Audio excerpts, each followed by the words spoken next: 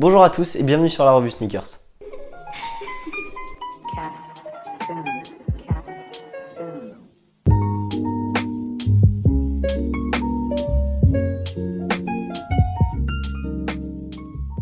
J'espère que vous allez bien, on se retrouve dans cette nouvelle vidéo pour parler d'une des paires que je viens d'acheter il n'y a pas longtemps, c'est-à-dire une Jordan 6. Alors le nom exact c'est White, c'est la Jordan 6 White Metallic Grey and Black que j'ai acheté à Foot Locker pour 130 €.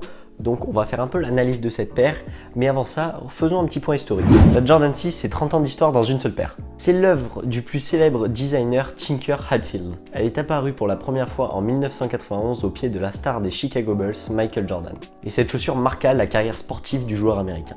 Il remporta même son premier titre NBA lors de la saison 1991-1992 avec les Jordan 6 au pied, plus particulièrement avec ce modèle. Après le premier sacre de Michael Jordan contre les Lakers de Magic Johnson lors de la saison 1991-1992, les Jordan 6 firent fureur dans les rues de Chicago. Comme pour les Air Force One à l'époque dont nous avons parlé dans une précédente vidéo, pour les gens de Chicago, il était inconcevable de jouer au basket sans les chaussures de Michael Jordan. Revenons au sujet principal de cette vidéo, ma nouvelle Jordan 6. Donc nous allons analyser cette paire, donc on peut voir que la majeure partie de la paire est blanche, je les ai pas portées encore dehors, hein, c'est pour ça qu'elles sont intactes. Les lacets sont blancs, c'est des lacets ronds, je suis pas hyper fan de ça pour faire des nœuds de lacets, à part pour les unlace, ça fait hyper stylé.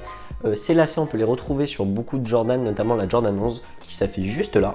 Après c'est à peu près tout pour la plupart de la chaussure. En dessous nous avons une semelle avec le logo Jumpman ici en blanc, une part de semelle en noir et ce que j'aime beaucoup dans les Jordan 6, c'est ça.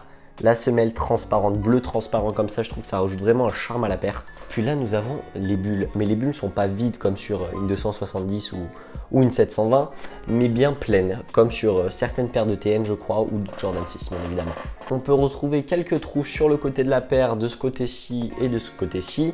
Ici, nous avons une sorte de petit quadrillage en une matière, on dirait un peu du daim. À l'intérieur de la chaussure, nous avons une semelle blanche avec le logo Jumpman en noir et l'intérieur de la chaussure est noir. Pour revenir sur la semelle, nous avons une couleur métallique grey qui entoure toute la semelle. Et puis voilà, pour cette chaussure, il n'y a pas grand chose à analyser, c'est vraiment beaucoup de blanc, hein. Elle est magnifique, je trouve, je l'avais jamais vue ailleurs cette Jordan 6. J'ai essayé de les trouver sur les sites et tout, honnêtement, je les trouve pas. Pour ceux qui veulent, elle est normalement disponible dans les Foot Locker près de chez vous. Moi, elle était disponible en 43. Je l'ai payé 130 €. J'ai pas grand chose à reprocher à cette Jordan 6, elle est hyper confortable, vraiment vous êtes comme dans un chausson. Moi qui n'étais pas à l'aise dans du Jordan, je peux vous dire qu'elle est très bien. Mais voilà, il y a quelques défauts sur la paire, je trouve par exemple au niveau des finitions, genre là, j'espère que ça va faire le focus, là, je l'ai jamais porté, hein, je tiens à préciser, là. Donc bon, à part ça, la paire reste insane. Je compte bien évidemment porter cette paire, car si vous portez pas vos paires de chaussures, voilà ce qui va vous arriver. Et ce n'est pas du fake, ça arrive souvent sur les modèles OG, les gens qui ne veulent pas porter les sneakers pour les garder. Une fois que du coup elles ont été tellement peu portées, elles sont hyper fragiles et dès qu'on passe le doigt sur la semelle, et ça s'effrite. Voilà, on arrive à la fin de cette vidéo, j'espère qu'elle vous aura plu. Si vous voulez une vidéo sur l'histoire de la Jordan 6 et sa revue Sneakers plus en profondeur, n'hésitez pas à me le mettre dans l'espace commentaire, c'est fait pour ça. Et moi je vous dis à la semaine prochaine, à plus.